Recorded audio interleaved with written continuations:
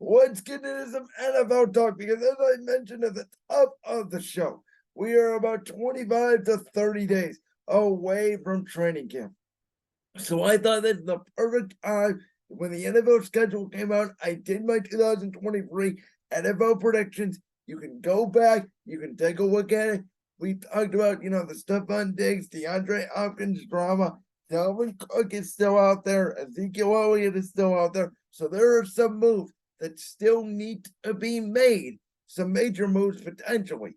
But for the most part, I think these NFL rosters are locked in. Teams are ready to go. We've seen in the past teams make a big blockbuster move right before training camp, which may change the outcome of this list. But again, these are not the 10 teams in contention for a Super Bowl. These are not the 10 best teams in the NFL. These are the 10 teams under pressure this year to either A, win the Super Bowl, B, at least make the playoffs, or C, be viable, or there's going to be hell to pay from their organizations, head coach being fired, quarterback being moved off, drastic changes. So without further ado, we're going to count it down 10 to 1. Audio version of the NFL football music is going to be on. Here we go. Number 10, the Miami Dolphins. And I say this because there is pressure on this organization this year to win with Tua Tagovailoa. They obviously brought in Jalen Ramsey from the Rams. A lot of people think the biggest addition they made, though, is defensive coordinator Vic Fangio. And as I said, with the Stephon Diggs drama in Buffalo, to me, if Tua Tagovailoa is healthy, and with these additions the Dolphins made, and they still have Tyreek Hill, they still have Jalen Waddle. We saw how Tua played last year with Mike McDaniel when healthy. We saw the Dolphins all 3 times. They beat Buffalo once, and twice they played them right down to the wire. Both games of that being in Buffalo, and obviously once in that wild card playoff game. There is real thought here that Miami could win the division if Tua is healthy. But the pressure is on Miami because of Tua, who has gained some weight this offseason. He looks a little thicker. Obviously, the concussion concerns. But Miami, with Tua now pretty much on the last year of his deal, which he was drafted 1 pick before Justin Herbert in that 2020 NFL draft. So 2020, 2021, 2022, 2023. This is year 4. You have a 5th-year option that you can pick up and use next year. But if Tua is not healthy again this year, the Dolphins, I believe, are going to have to move off their quarterback. So this is mostly Tua-based. You have the weapons. You have the defense. If Tua is healthy, this team is going to be real scary. If not, though, you're going to have to make serious considerations of going after a quarterback. So the pressure to me is on them to win with Tua, or you may have to go find another quarterback, and especially this year when it feels like Buffalo has a chance to implode. Number 9, the Dallas Cowboys. Now, the Cowboys are on here at 9, mostly because, well, we know the Cowboys, right? They've won 4 playoff games in the last 25 years. They haven't made an NFC championship game in the last 25 years. We know the Cowboys are the Cowboys. We know they can't beat the Niners. We know they can't get over the hump. Yet, you have a generational defensive player in Micah Parsons. Dak Prescott is not getting any younger. You added Brandon Cooks on the offense side of the ball to make a number 2 legitimate wide receiver next to CD Lamb. You added Stephon Gilmore on the defense side of the ball to have a legitimate number 2 corner outside of Diggs. So this defense that was already, top 3 defense in the NFL has a chance to be the best defense in the NFL this year, and you cannot waste that, especially to me in a weak NFC where your top 2 contenders, one is in your division in Philadelphia, which as much as I hate to admit it, regardless of the Eagles have had more success overall than the Cowboys, the Eagles are always a bad matchup for Dallas. Dak Prescott seems to always torch the Eagles. So really your number 1 obstacle if you're Dallas is Philadelphia, and then can you find a way to beat San Francisco. Can you get over the hump? Because if not, Jerry Jones is not getting any older. Dak Prescott is not getting any older. Are you really going to run the same thing back every single year? Now, number 8 is the Philadelphia Eagles. And I say that the Eagles are only at 8. I know some people think that they should be higher because with this window, with Jalen Hurts, you're coming out the Super Bowl loss. You really want to get back there. And that is the expectation in Philadelphia for this team. With the additions that Howie Roseman made in the draft, adding to that defensive line, all those Georgia kids coming in, the new defensive coordinator, not named Jonathan Gannon, Sean Desai, the improvement of Jalen Hurts, bringing back Jason Kelce and Lane Johnson, who both may be coming back for one more run. Wayne maybe for a year more or two after Kelce, but it sounds like for Jason Kelce, this is going to be his last year. So you have a veteran offensive line. You have a young quarterback, Jalen Hurts, whose contract has not quite kicked in yet. It's going to kick in the next 2 years, or maybe you're not going to be able to pay all your defensive talent, which again, you lost a couple linebackers in free agency, Kaiser White, TJ Edwards, though Nakobe Dean is supposed to really step up. You brought back Darius Slay. You brought back James Bradbury in the secondary. The defensive line has 8 guys, maybe even 9 guys. You could play 2 separate units. The offensive line we already mentioned, best in football. A.J. Brown, Devontae Smith, Quez Watkins at receiver, replacing Miles Sanders with cheaper Rashard Penny and DeAndre Swift in the backfield. This Philadelphia Eagles team is loaded. The expectation is to get back to the Super Bowl and this time win it. But there are certainly more teams, in my opinion, because of the circumstances of their moves this offseason and because of the way last season ended, than the Eagles. One of those teams at number 7 is the Baltimore Ravens, who the last couple of years, and a lot like the Dolphins here with Tua, this is all on Lamar Jackson because you're not going to fire John Harbaugh, but you just gave Lamar Jackson his huge money, which, as I advocated over the offseason, you had to give him that contract because you had no other choice. You didn't want to go back in purgatory with Kenny Pickett on the rise in Pittsburgh, with Deshaun Watson in Cleveland, with Joe Burrow in Cincinnati. But this is on Lamar Jackson and the Ravens to stay healthy because the Ravens also added Odell Beckham. New offensive coordinator Todd Monken is going to want to throw the football more. They're not going to run a lot of that pistol, zone read, run the ball first offense they had under Greg Roman. It's going to be more shotgun, and there are going to be some zone reads, but it's going to be less. It's going to be more spread out. It's going to be like what you see Chicago run with Justin Fields, what Philadelphia runs with Jalen Hurts, and sort of make Lamar Jackson a pocket first quarterback and then use his legs when necessary. But the Ravens have been one of the best teams in the NFL when Lamar Jackson is healthy. For the first 10 games of last year, they had a double-digit lead in every single game. No other team in the NFL last season did that. Not Kansas City, not Buffalo, not Philadelphia. And then what happened? When Lamar Jackson got hurt, and I give you, yes, Tyler Huntley and them played admirable in that playoff game against their division rival, Cincinnati. But a lot of times, that offense looked unwatchable without Lamar. They could not move the ball without Lamar. And so that's why when you make this big investment in Lamar Jackson, you have to prove you can at least be viable, make the playoffs, win a playoff game, and keep Lamar healthy, or otherwise, this is going to be a huge mistake, in my opinion. Now, team number 6, my hometown Cleveland Browns.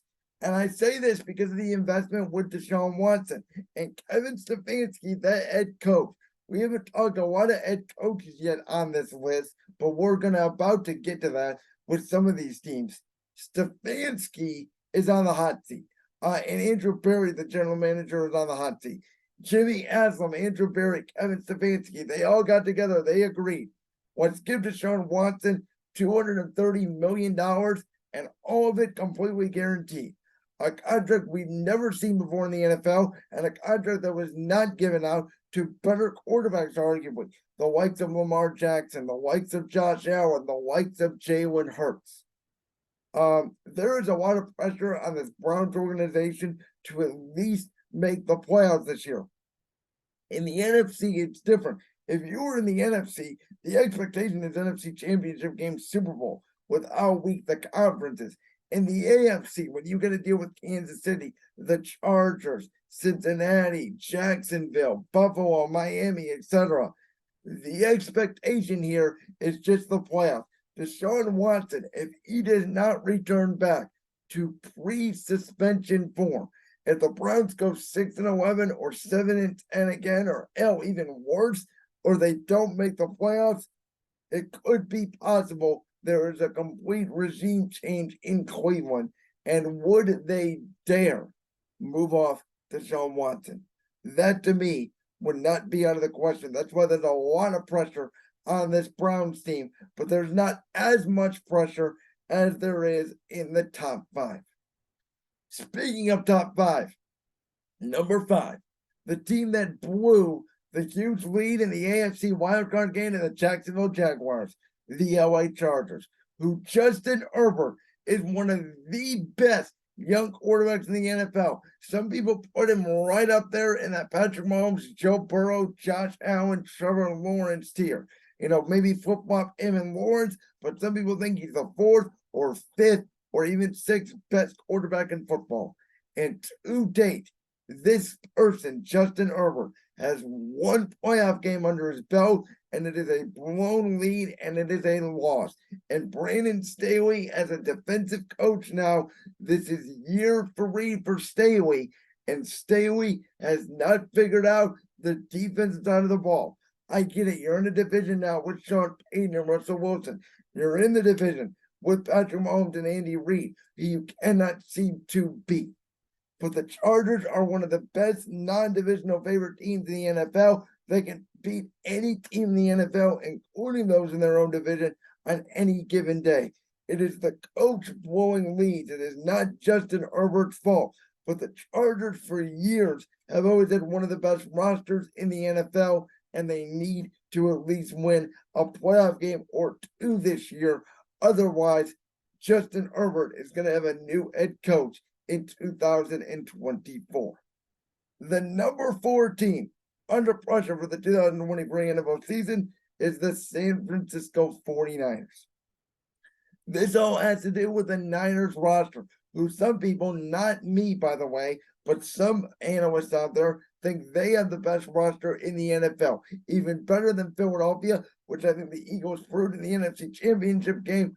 But nonetheless, the Niners are one of those teams that steamroll for the regular season.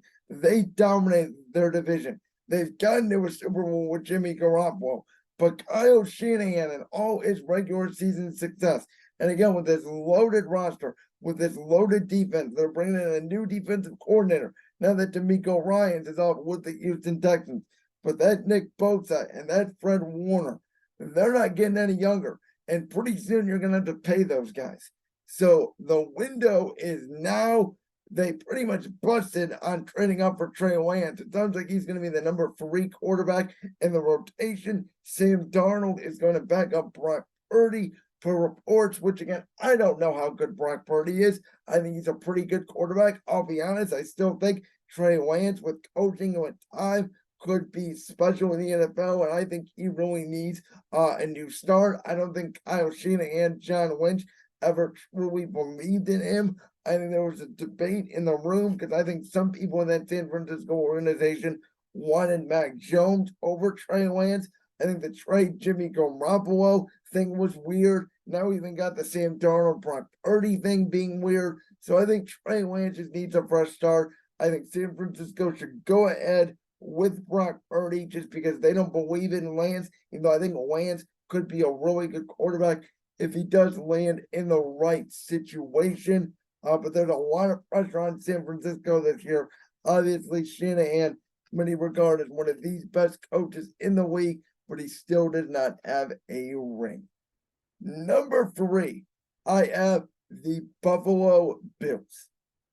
Listen, we talk about the drama with the Bills over the last couple of weeks. Stephon Diggs, now Sean McDermott and Brandon Beane, head coach, general manager of the Bills, they just received new contract extensions. So because of that, I do believe that the Bills are still in top shape. I do think they're still going to make the playoffs.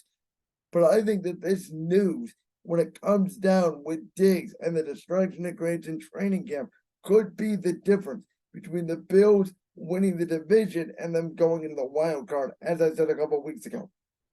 Sean McDermott, as a defensive head coach over the last few years, has still not figured out the offensive line. Buffalo still feels very defensive minded. They're paying the most on defense in the National Football League in an offensive minded week.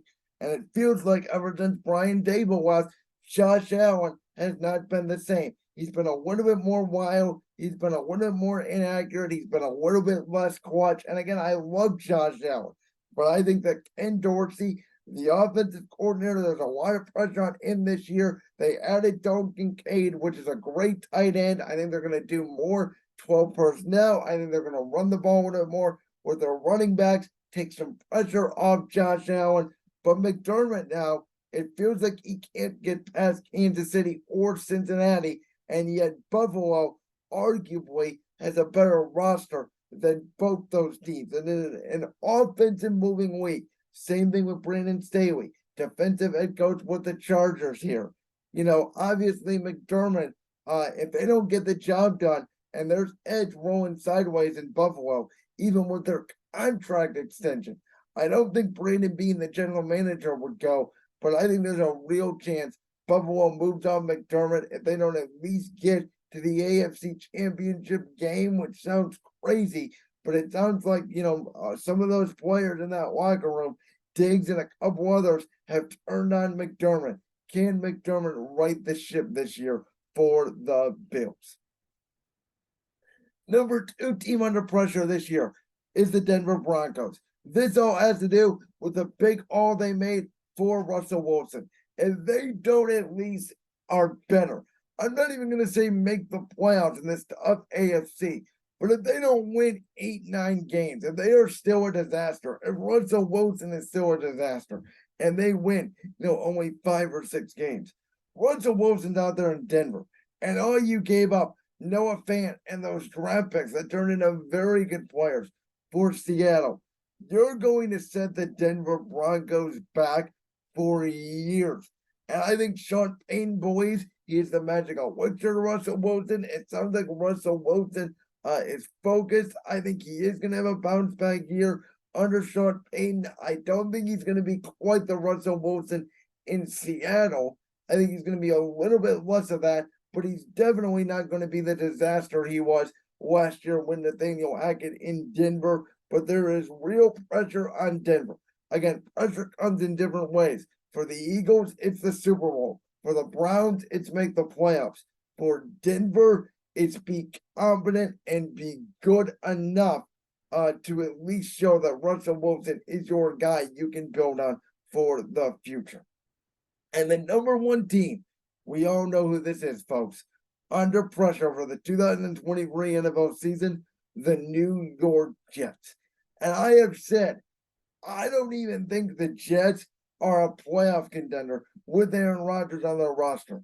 I know last year, Zach Wilson, Mike White, they did win 7 games without a quarterback last year. I get it. Their defense, one of the best in the NFL.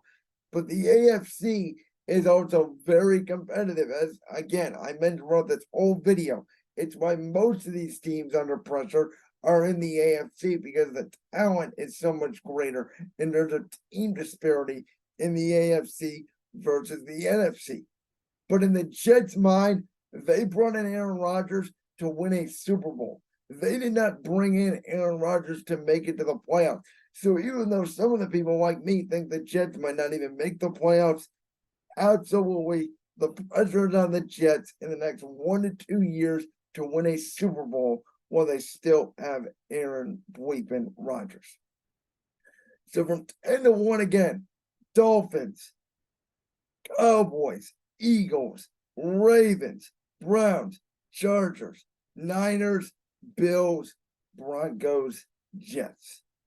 Those are my top 10 NFL teams in order from 10 to 1 under pressure for the 2023 NFL season. You like that clip from the Brand's World podcast? If so, make sure you go down there and hit that subscribe button. While you're down there hitting the subscribe button, make sure to also hit the notification bell so you never miss another upload. And make sure you check out all the other clips from the Brand's World podcast right here on YouTube.